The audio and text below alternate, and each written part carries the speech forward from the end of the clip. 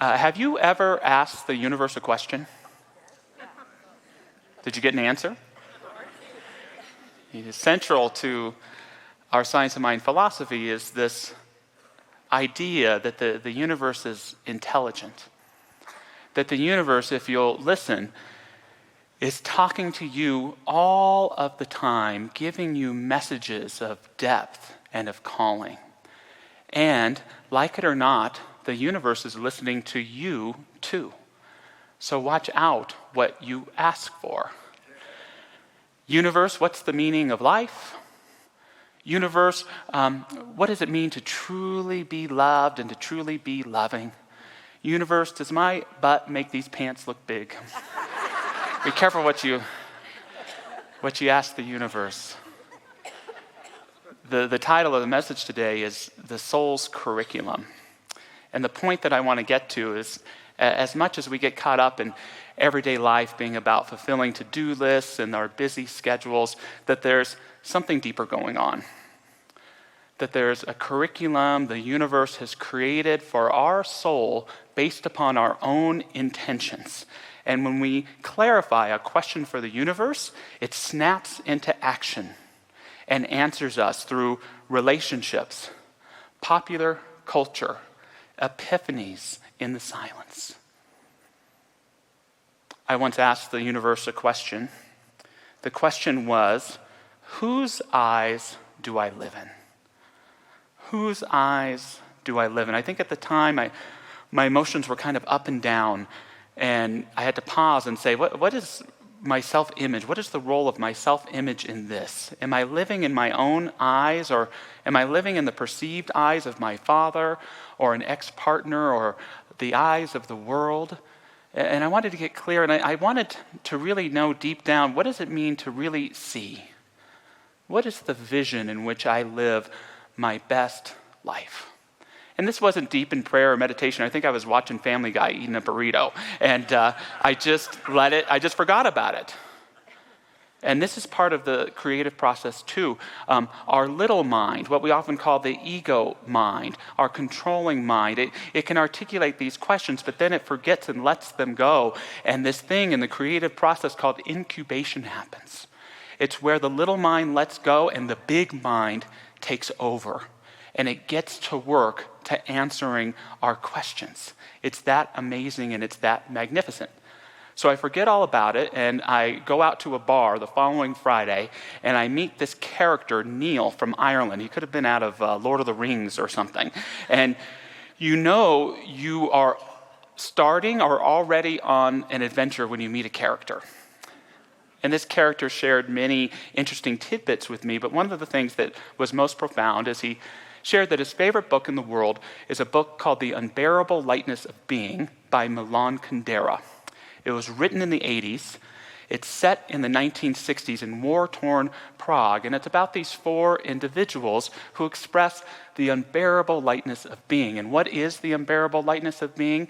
It's that recognition that the most important aspects of life, even when the world seems to be falling apart around you, are those moments of laughter, those moments of romance and love, those moments of play and connection. To recognize that is to embody the unbearable lightness of being. So the book, I'd heard of it, sounds magnificent. Note to self, buy this book, totally forgot it again. The next week, I get a book in the mail from a friend, and it's not The Unbearable Lightness of Being by Milan Kundera, but on the very first page is a quote from The Unbearable Lightness of Being by Milan Kundera. Oh, there it is again. 2 nights later, I'm at a restaurant, and I pick up the menu, ready to order food, and you know what it says right over the top? The Unbearable Lightness of Being. Must have been a new diet menu. I don't know why it was there, but it was. And then it puts, and maybe you've had this experience too, I call it a spiritual uncle, right? A spiritual uncle where the universe is kind of bending your shoulder, and the next thing that's going to come is a 2x4 with the unbearable lightness of being written on it if I don't stop and buy this book. So I say uncle. I give to spirit. I order the book. It comes just in the nick of time for a flight I'm taking to New York City, and I'm able to read it on the plane ride there, and it's an incredible book. filled with great stories and philosophy. And what happens is I get to this passage in the middle, and all of a sudden, everything gets brighter, and I realize the reason I've been called to this book is because that question I had asked many weeks before, whose eyes do I live in? And the book shares this: we all need someone to look at us. We can be divided into 4 categories according to the kind of look we wish to live under. The first category longs for the look of an infinite number of anonymous eyes. In other words, for the look of the public. The second category is made up of people who have a vital need to be looked at by many known eyes. They are the tireless hosts of cocktail parties and dinners. Then there is the third category, the category of people who need to be constantly before the eyes of the person they love. Their situation is dangerous as the situation of people in the first category. One day the eyes of their beloved will close and the room will go dark. And finally, there's the fourth category, the rarest, the category of people who live in the imaginary eyes of those who are not present. They are the dreamers.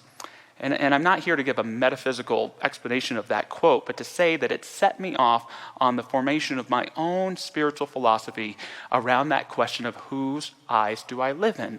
And it inspired me to realize that for me, there are 3 ways that people can see you. There are those who see you for who they want you to be. This can be good, this can be bad. Then there are those people who see you for who you've been. This can be good, or this can be bad. But then there's a third category, the people who see you for who you are becoming. These are the most essential and important pairs of eyes in your life.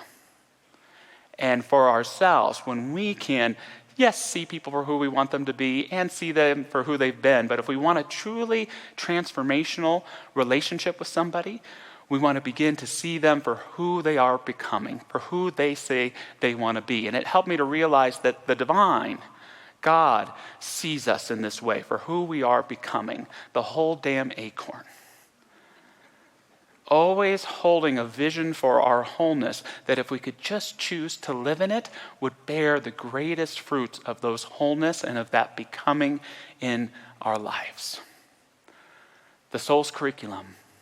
It's got its own thing going, but if we listen and if we ask our questions with clarity, it reveals to us the deepest of our divine truths and encourages us in our greatest and most thorough becoming.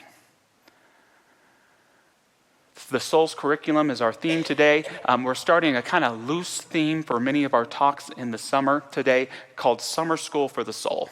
How does that sound? A little bit of summer school for our souls. And if you were here at the first Sunday of the year, I shared with you that many of us are already enrolled in a school. It's a philosophical school called the School of Hard Knocks. Anyone attending that school currently?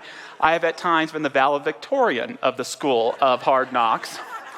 And here is what the School of Hard Knocks teaches us. Let's take a look at it. Life is unfair. Life has zero concern for me as an individual. I am broken. There is something wrong with me that will never be fixed. There is not enough. Survival of the fittest. Happiness, love, joy, and especially spirituality are all coping mechanisms. And most important, let's say this one together. Life sucks and we're all suckers. Now there's validity to the School of Hard Knocks. I could defend this school of thinking and have a lot of evidence for it. A lot of us are still regularly enrolled there. What I want to point out is that there's more than that. That there's something else. And when we embrace this idea of a soul's curriculum, we can graduate from the School of Hard Knocks and enroll in Soul University. Soul University, which may, when we look at this list, look a little woo-woo and little foo-foo. In order to enroll, it takes immense courage, immense boldness, an immense ability to let go of life as you've told yourself and been told that it is, to step into the miracle of what it wants to tell you about what it is. Some tenets of Soul University: life is a blessing. Life not only knows who I am, but it seeks to remind me. I am whole. I am a perfect child of God. There is enough. I am here to thrive. Spirituality is the key to living a whole and meaningful life. And let's say this last one together. Life is a miracle, and I am a part of it. You are a miracle as well. You have everything you need in order to be your best self. There is nothing missing. With Summer School for the Soul, we have the opportunity right here and right now to enroll in our soul studies. What does your soul want to learn and embody in relationship with your becoming? What course might you want to enroll in? Living in the now, deepening in trust, learning to receive, true forgiveness. Anyone else have one? Letting go. Being present. Speaking your truth. Ooh, that's a good one. Letting go of fear. There are so many courses we can enter in, and I invite you not to take a full load. But just to take some time and set that intention. What do I really want to learn this summer? What do I want to greater embody? Who is it that I'm becoming? And can I feel a sense of that now so I can align with who that is, so I can start bringing it forward into my everyday life? And I want to share just a few tenets of the soul's curriculum to let you know that the answering to your questions and your becoming is in motion, that the universe is indeed working for you. And the first, we've all heard this before, is that when the student is ready, the teacher will appear. How many of us honestly really believe that in our lives? When the student is ready, the teacher will appear. Yoda is going to show up. Isn't that miraculous?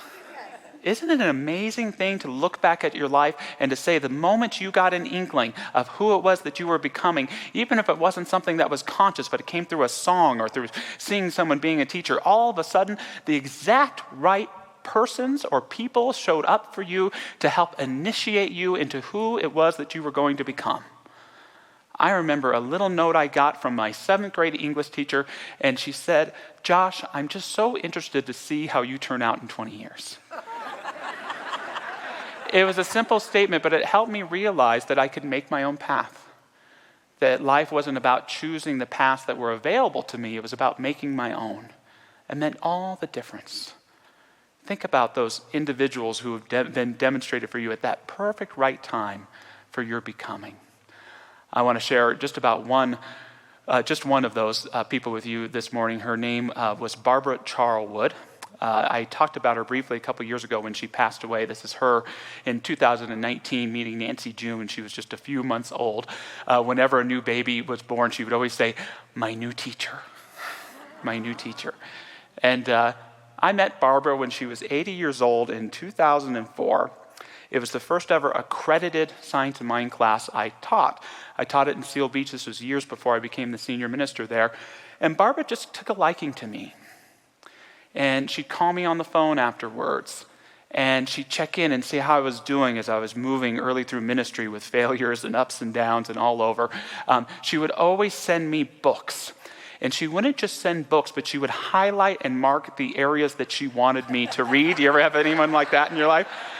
And so you wonder, why did Barbara give me this following statement from Tian Dayton? "Attempting to control the outcome of events sets me up for disappointment." Thank you, Barbara. "It makes me want to manage people and events so that they will not do anything that threatens my idea of how things ought to go. When I attempt to manipulate and manage people, I set up a tension in the dynamic between us. I make the event as I see it in my mind more important than the people who are participating in it.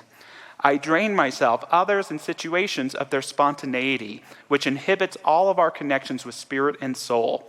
Creativity and spontaneity need to flow freely in and out of reality of time and space so that they can breathe life and energy on to the stage of life." You know, as a young man in my 20s, I formed the story in my mind that I was a good boy who was supporting this nice old lady. I would listen to her. I would give her attention. I would share with her. I would pick her up and take her to classes when she couldn't drive anymore. But looking back now, I realized that I had my greatest teacher in how to be a minister.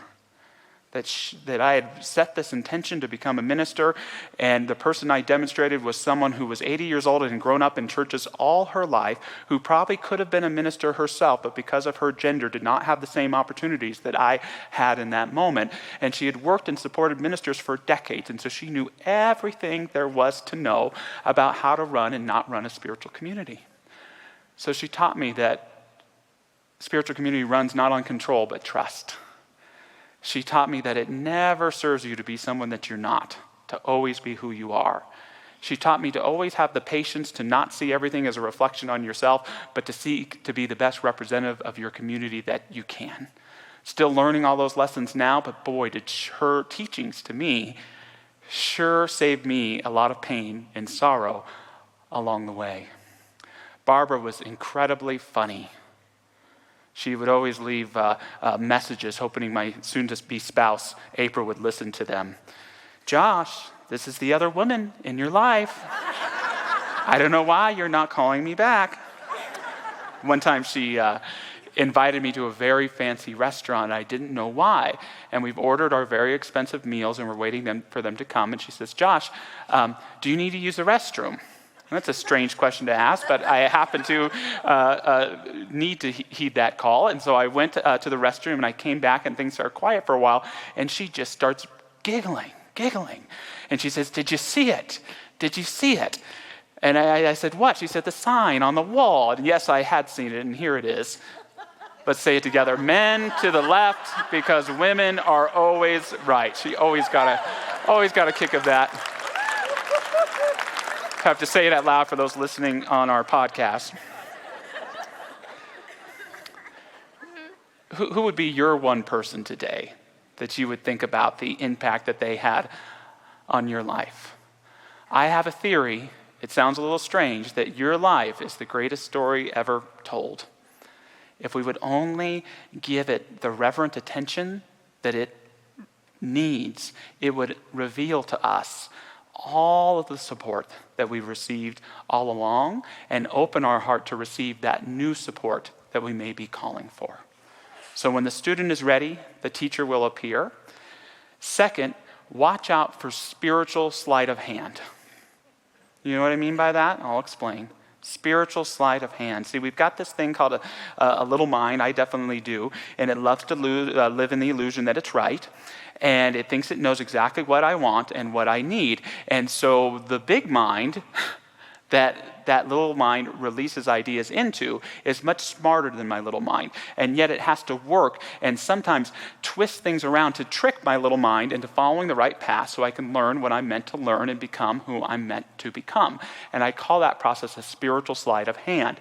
Perhaps you've heard of the story of the woman from North Carolina who met the man of her dreams, who lived in LA, moved in with him, and he dumped her 2 weeks later. Only to 2 weeks later find the job of her dreams, meet her best friends for life who would introduce her to the next man of her dreams. And one of the things about life is we can sometimes get so caught up in the little mind stories about the dramas that do harm and hurt us over time that we forget what the big mind has working for us and is trying to lead us to. Early in my ministry, as many of you know, I had some failures. And I was down. I had a crisis of faith. I was broke. And I met a minister who was a wonderful minister, had a very successful congregation. And they shared with me that they were thinking of retiring. And this would be a great opportunity for me to come and be their assistant minister and maybe take over the pulpit. And you see, my little mind was so egotistical at the time that it probably wouldn't have taken an assistant minister's position.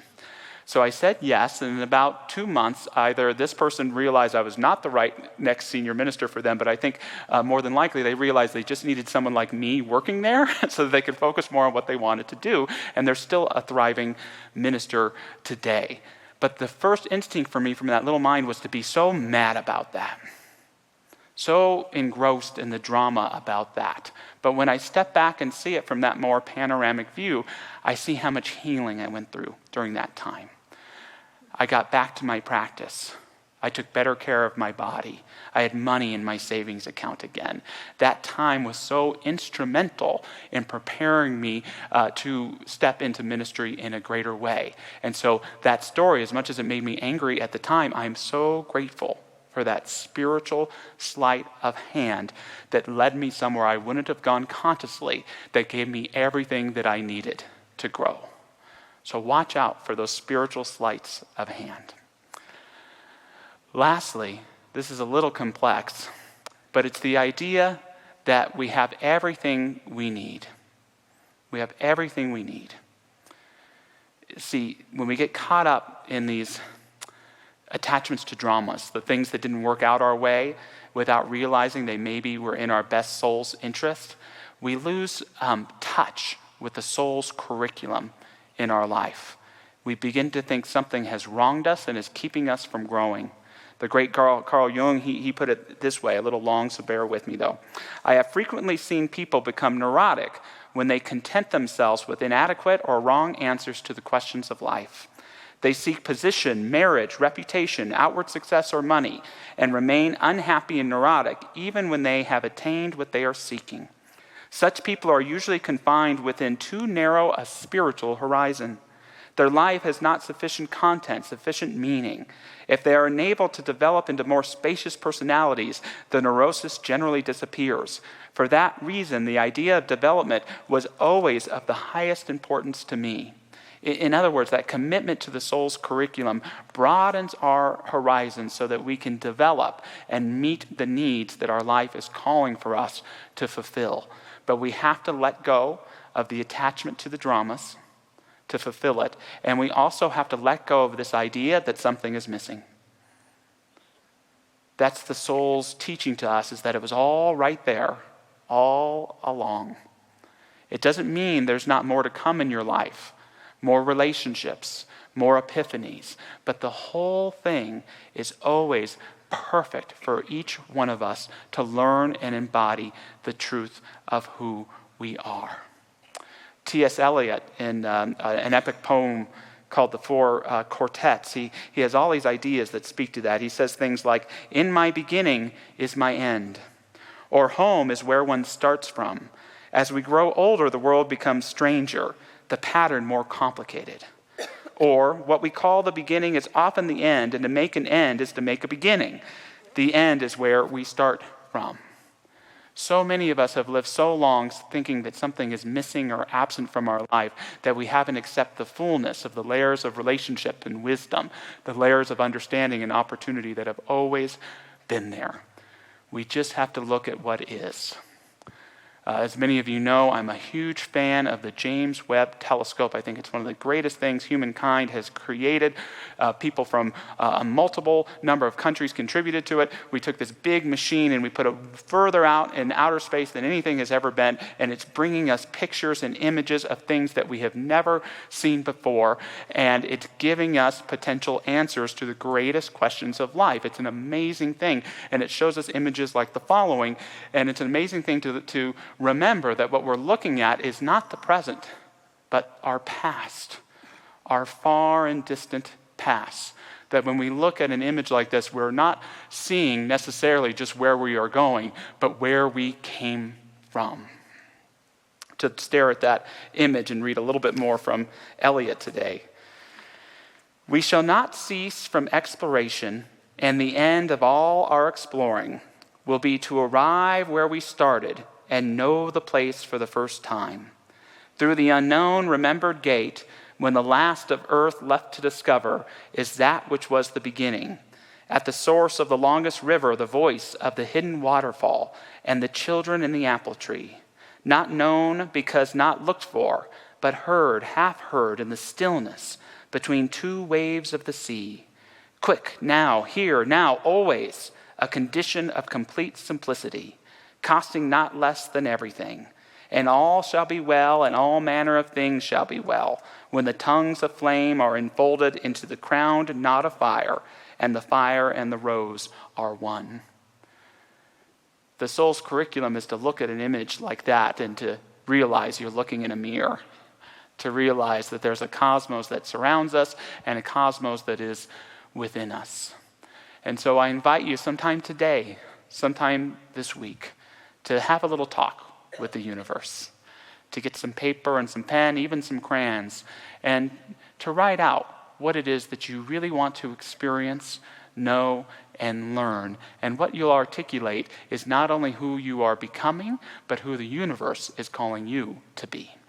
So moving into an affirmative prayer, I just invite any of our beautiful practitioner prayer partners who are in the room to stand with me, knowing that we are holding in consciousness every member of our community here or online, and do know that these incredible practitioners are available for an affirmative prayer after service today. But becoming aware of our relationship with this thing called universe, that some of us call infinite intelligence, some of us call God, some of us call spirit. May it never feel like something alien, unknown, or out of bounds. But may our relationship with the universe feel so intimate that we could reveal the whole of ourselves and fully embrace whatever it may reveal to us about itself. In this deepest relationship, our relationship with the infinite itself, are the whisperings of experience, the synchronicity of divine appointments, the stillness, the wordlessness that reminds us that all is well because there is a part of us that rests and lives and moves and has its being at the dawn of all creation. Knowing our truth in relationship with the infinite, I know that its byproduct in our life is greater healing, greater prosperity, greater meaning and depth, greater coherence, resonance, and the ability to live a relevant, empowered lives. Knowing that as we choose to do this for ourselves, the magic of that is that it inspires people we love and people around us as well. Knowing that we are one life, one community, one people. May we commit to living that best life possible, remembering indeed that we have everything we need to be the best who we are. I have everything I need to be the best who I am. Let's get to being just that. And so it is. Amen.